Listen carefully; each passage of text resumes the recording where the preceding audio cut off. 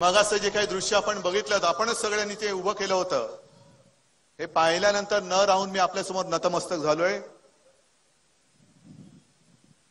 मी जनता जनार्दनासमोर नतमस्तक झालेलो आहे, अंबाबाई समोर नतमस्तक झालेलो आहे आणि शिवरायाच्या तमाम मावळ्यांसमोर मी नतमस्तक झालेलो आहे। कारण आशीर्वाद तुमचे महत्त्वाचे आहेत। तुमचे आशीर्वाद असतील तर आणि तर पुढचं सगळं काही होऊ शकतं, आणि तुमचे आशीर्वाद जर का नसतील तर कोणी किती मोठा असू दे त्याचं काही चालू शकत नाही। एक दोन दिवसापूर्वी होळी होती, होळीनंतर धुळवड असते, रंगपंचमी होते। आता राजकीय धुळवड सुरू होईल, रंगपंचमी सुरू होईल, वेगवेगळे रंग उधळले जातील। पण योगायोग असा की रंगपंचमी नंतर आणि धुळवडी नंतर शिवजयंती होती, आणि त्या शिवजयंतीने आपल्याला एक संदेश दिलेला आहे की बाकीचे रंग एका बाजूला आणि माझा पवित्र भगवा हा एका बाजूला। हा पवित्र भगवा घेऊन आपण पुढे चाललेलो आहोत।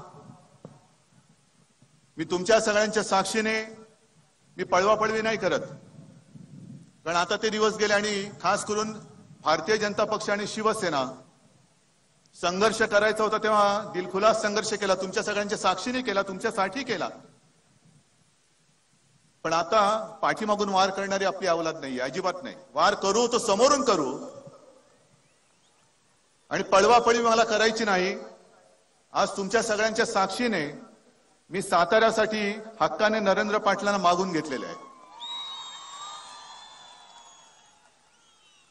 कारण ते जुने दिवस मला आठवले। शिवसेना प्रमुख आणि अण्णासाहेबांचे जे काही ऋणानुबंध होते, जर का अण्णासाहेब आज असते तर महाराष्ट्राच्या राजकारणाला एक वेगळी दिशा नक्कीच मिळाली असती। एक समर्थ असं नेतृत्व होतं, आणि आम्ही त्यांचेच वारस, त्यांचा वारसा जतन करतो आहोत।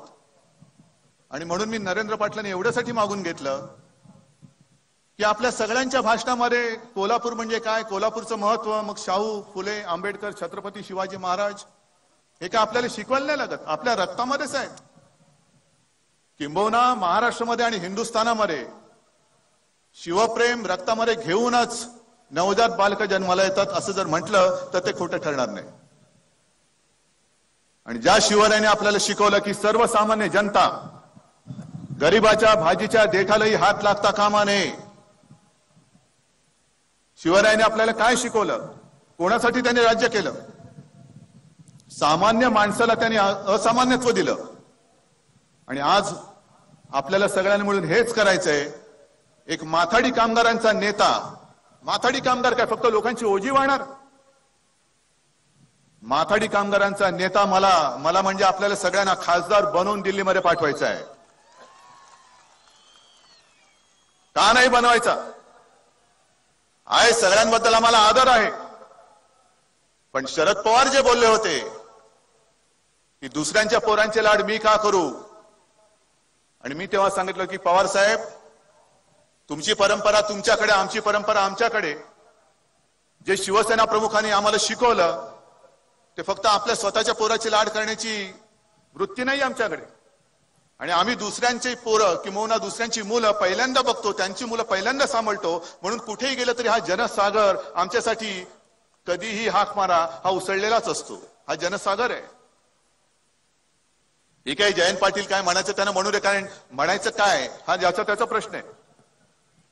शिवसेना आणि भारतीय जनता पक्ष आणि त्यांची ही सभा, ही इव्हेंट आहेच। हा इव्हेंट असा तसा नाही, ही विजयाची मुहूर्त मेढ रोवणारी ही इव्हेंट आहे। पाहिजे तर येऊन बघा, तुमच्या भाग्यात असंही दृश्य कधीच असू शकत नाही, असूच शकणार नाही। फक्त पंचायत माझी काय झालेली आहे, मी कार्यकर्त्यांचे मेळावे घेतले, मी आणि देवेंद्रजी दोघंही बरोबर होतो। युती झाल्यानंतर बोलायचं काय हा मोठा प्रश्न पडलेला आहे।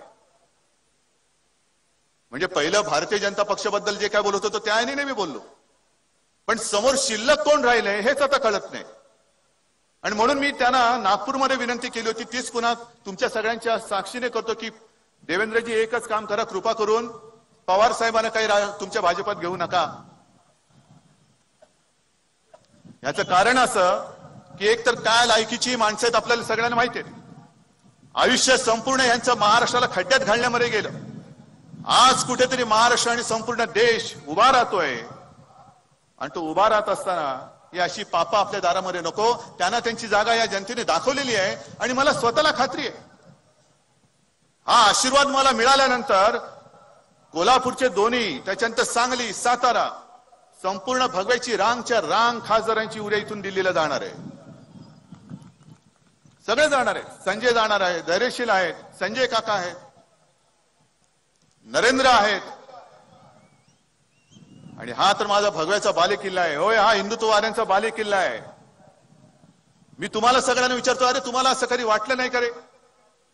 एवढं हिंदुत्व आपल्या रक्तामध्ये भिनलेलं असताना, हा भगवा इकडे आपल्या हातामध्ये घेऊन फडकवत असताना, हाच भगवा घेणारा माझा खासदार तिकडे दिल्लीत पाठवा असं कधी तुम्हाला वाटलं नाही?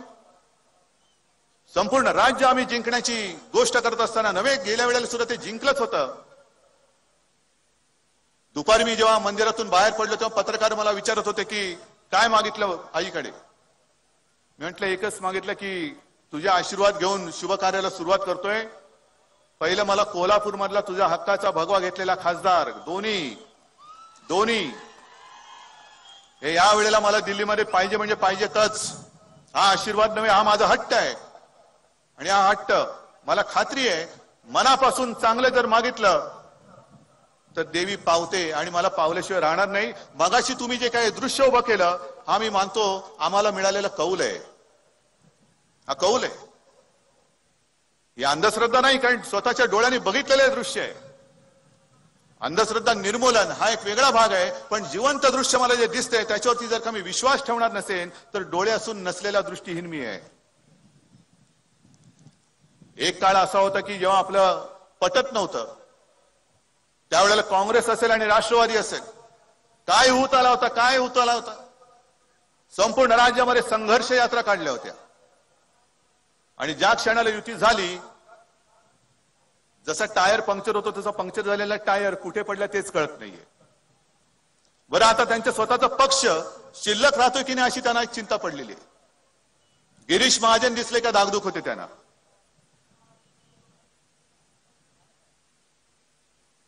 आणि रोज काँग्रेसवाले आणि राष्ट्रवादीवाले एकमेकाला चेक करतायत. बाजूला बसले, काय हो आहात ना की गेलात? नाही गेला म्हणजे भाजपमध्ये नाही तर शिवसेनेमध्ये. तसे नाही, तसं त्यांना सगळ्यांना दीर्घायुष्य लाभो, मी कोणाचा वाईट चिंतणारा नाहीये.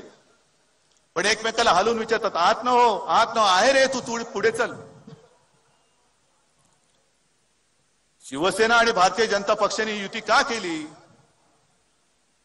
काय उत्तर देण्याची गरज नाही. आहे गरज आहे का रे? मी तर मागे मुख्यमंत्र्यांनी म्हटलं की आपण भाषण नाही केलं तरी चालेल, आपण दोघांनी एकत्र यावं ही राज्याच्या जनतेची इच्छा होती. त्यांना दोघांना एकत्र फक्त बघायचंय म्हणून सगळे इकडे आलेले आहेत, बाकी गरज नाहीये.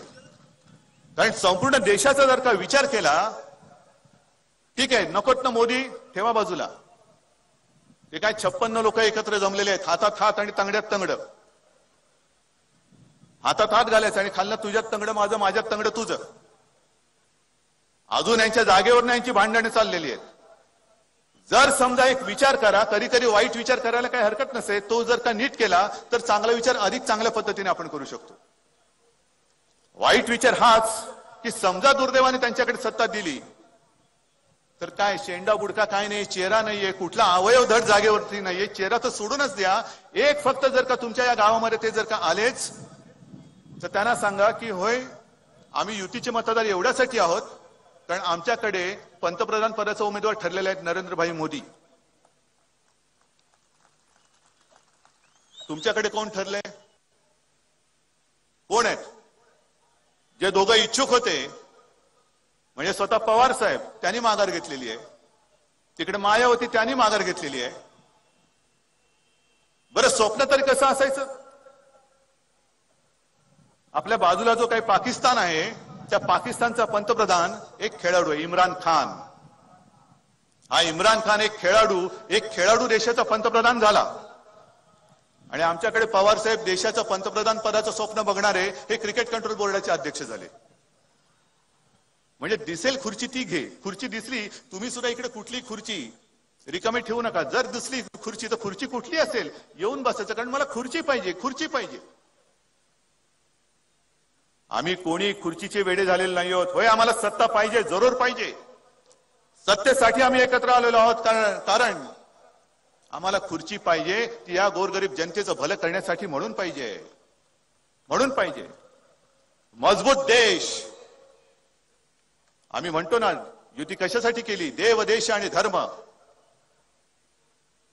जो राम मंदिराचा विचार घेतला होता अयोध्या, कारण थंड बस्त्यामध्ये पडला होता, पुन्हा त्याला चालना आली. आणि मला स्वतःला खात्री आहे की पुन्हा आपलं सरकार आल्यानंतर लवकरात लवकर तिकडे राम मंदिर उभं राहिल्याशिवाय राहणार नाही, मला खात्री आहे. मुद्दा हालायला लागलेला आहे, हालायला लागलेला आहे. आणि राम मंदिर आम्हाला एवढ्यासाठी पाहिजे की या देशामध्ये देशाची ओळख काय, जसं पाकिस्तानची ओळख काय दहशतवादी राष्ट्र, तसं हिंदुस्थानची ओळख काय हा शिवप्रभूंचा महाराष्ट्र आहे. आणि देश म्हटल्यानंतर या देशामध्ये राम राज्य आहे, आणि ते राम राज्य आहे हे सांगण्यासाठी एक प्रतीक म्हणून मला अयोध्येमध्ये राम मंदिर पाहिजे. हे देवाचं झालं. देशासाठी देश मजबूत पाहिजे. आणि धर्म धर्म धर्म म्हणजे हिंदू. होय, आम्ही हिंदू आहोतच, पण केवळ हिंदू धर्म म्हणून आम्ही धर्माची भाषा करत नाही. जो धर्म आम्हाला गाडगेबाबांनी सांगितला आणि शाहू फुले आंबेडकरांचा जो काही धर्म होता, मानवतावाद, तो धर्म, त्या धर्मासाठी, तो धर्म टिकवण्यासाठी म्हणून आम्ही युती केलेली आहे. मग गोरगरिबांना घर असेल, त्यांना नोकऱ्या असतील, रोजीरोटी असेल, अनेक अशा गोष्टी आहेत त्या करण्यासाठी म्हणून आम्ही ही युती केलेली आहे. आणि देवेंद्रजी, तुम्ही म्हणालात की विरोधी पक्ष हे सर्जिकल स्ट्राईकचा पुरावा मागतायत. मध्यंतरी स्वतः शरद पवार बोलले होते की सर्जिकल स्ट्राईकचा सल्ला मीच दिला होता. म्हणजे एक तरी माणूस आम्हाला मिळाला की आमच्या यांच्याकडे पुरावा आहे. मग पवार साहेबांना मला सांगायचंय की पवार साहेब, तुमच्या सल्ल्याने जर काय सरकार वागत असेल आणि पाकिस्तानवरती सर्जिकल स्ट्राईक करत असेल तर मग भांडताय कशाला? जशी तुम्ही माघार घेतलेली आहे, तुमच्या पक्षाने माघार घ्यावी आणि सांगावं ना की नरेंद्र मोदी हेच देशाचे पंतप्रधान आहेत, किंबहुना माझा सल्ला घेऊन ते पाकिस्तानचा कंबरड तरी मोडतायत. पण जे समोर दिसतंय ते नाकारून टाकायचं आणि स्वतःची भ्रामक कल्पना घेऊन, भ्रामक स्वप्न घेऊन फक्त देशाचा आजपर्यंत केलेला चुथाडा. बरं, ठीक आहे, इकडे खासदार कोण आपल्या समोर आहेत? राष्ट्रवादीचे, बरोबर ना? मी तुम्हाला सगळ्यांना विचारतोय, राष्ट्रवादीला मत द्यायचं असेल तर अजित पवार धरणं कशी भरणार होतं ते आठवा. अशी धरणं भरून पाहिजेत, हवेत का? मग आपण आहोत ना, आपल्याला जगदंबेचा आशीर्वाद आहे. आज सुद्धा दुष्काळ भयानक आहे, पण त्या दुष्काळामध्ये आपलं महाराष्ट्र शासन हे अतिशय चांगल्या पद्धतीने काम करते.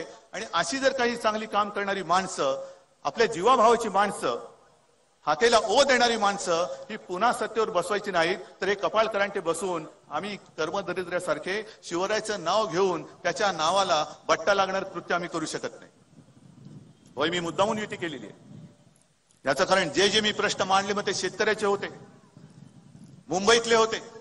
हे सगळे प्रश्न मुख्यमंत्र्यांनी नुसतं होला हो करून सोडून दिलेले नाहीत, तर निर्णय घेऊन मोकळे झालेत आणि ती कामं करून दाखवलेली आहेत. म्हणून मला खरोखर देवेंद्रजी तुमचा अभिमान वाटतो की तुम्ही शब्द दिलात आणि तुम्ही तो पार पाडलात, तुम्ही तो पार पाडलात.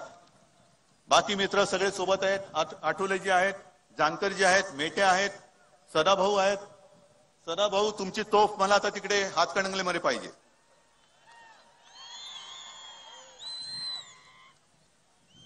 तुम्ही आहात ना रे सगळे?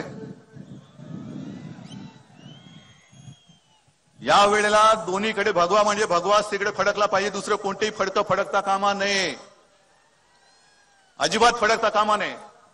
जर आपण कोल्हापूर पासून प्रचाराची सुरुवात केली असेल आणि शिवरायाचं नाव घेऊन जर का आपण पुढे जाणार असू, तर भगवा केवळ नावाला असता कामा नये, तर तो भगवा आपल्या हृदयातला भगवा हा विधानसभेवरती आणि लोकसभेवरती सुद्धा फडकला पाहिजे.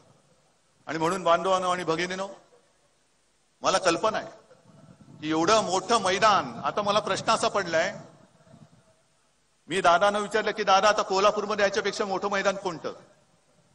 ते म्हणाले आता मैदानच नाही. आणि हे मैदान जर का आपल्या या युतीच्या कार्यकर्त्यांनी व्यापल्यानंतर मी विरोधी पक्षाला आव्हान काय देऊ की या आता मैदानामध्ये जागाच नाही शिल्लक, जागाच नाही शिल्लक. त्यांना सांगतो तुम्ही कुंपणावरती बसा आणि हा आमचा विजय मेळावा जो आहे तो तुम्ही सुद्धा जरा मजा घ्या त्याची, कसा विजय असतो तो बघा.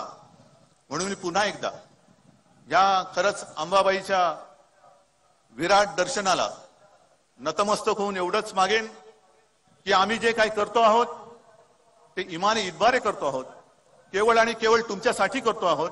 आणि तुमचे आशीर्वाद हेच आमचं भांडवल आहे. आणि या भांडवलाला, या विश्वासाला आयुष्यात कधी मी तडा जाऊ देणार नाही, एवढं वचन मी शिवरायाच्या साक्षीने आपल्याला देऊन तूर्त आपली रजा घेतो. जय हिंद, जय महाराष्ट्र.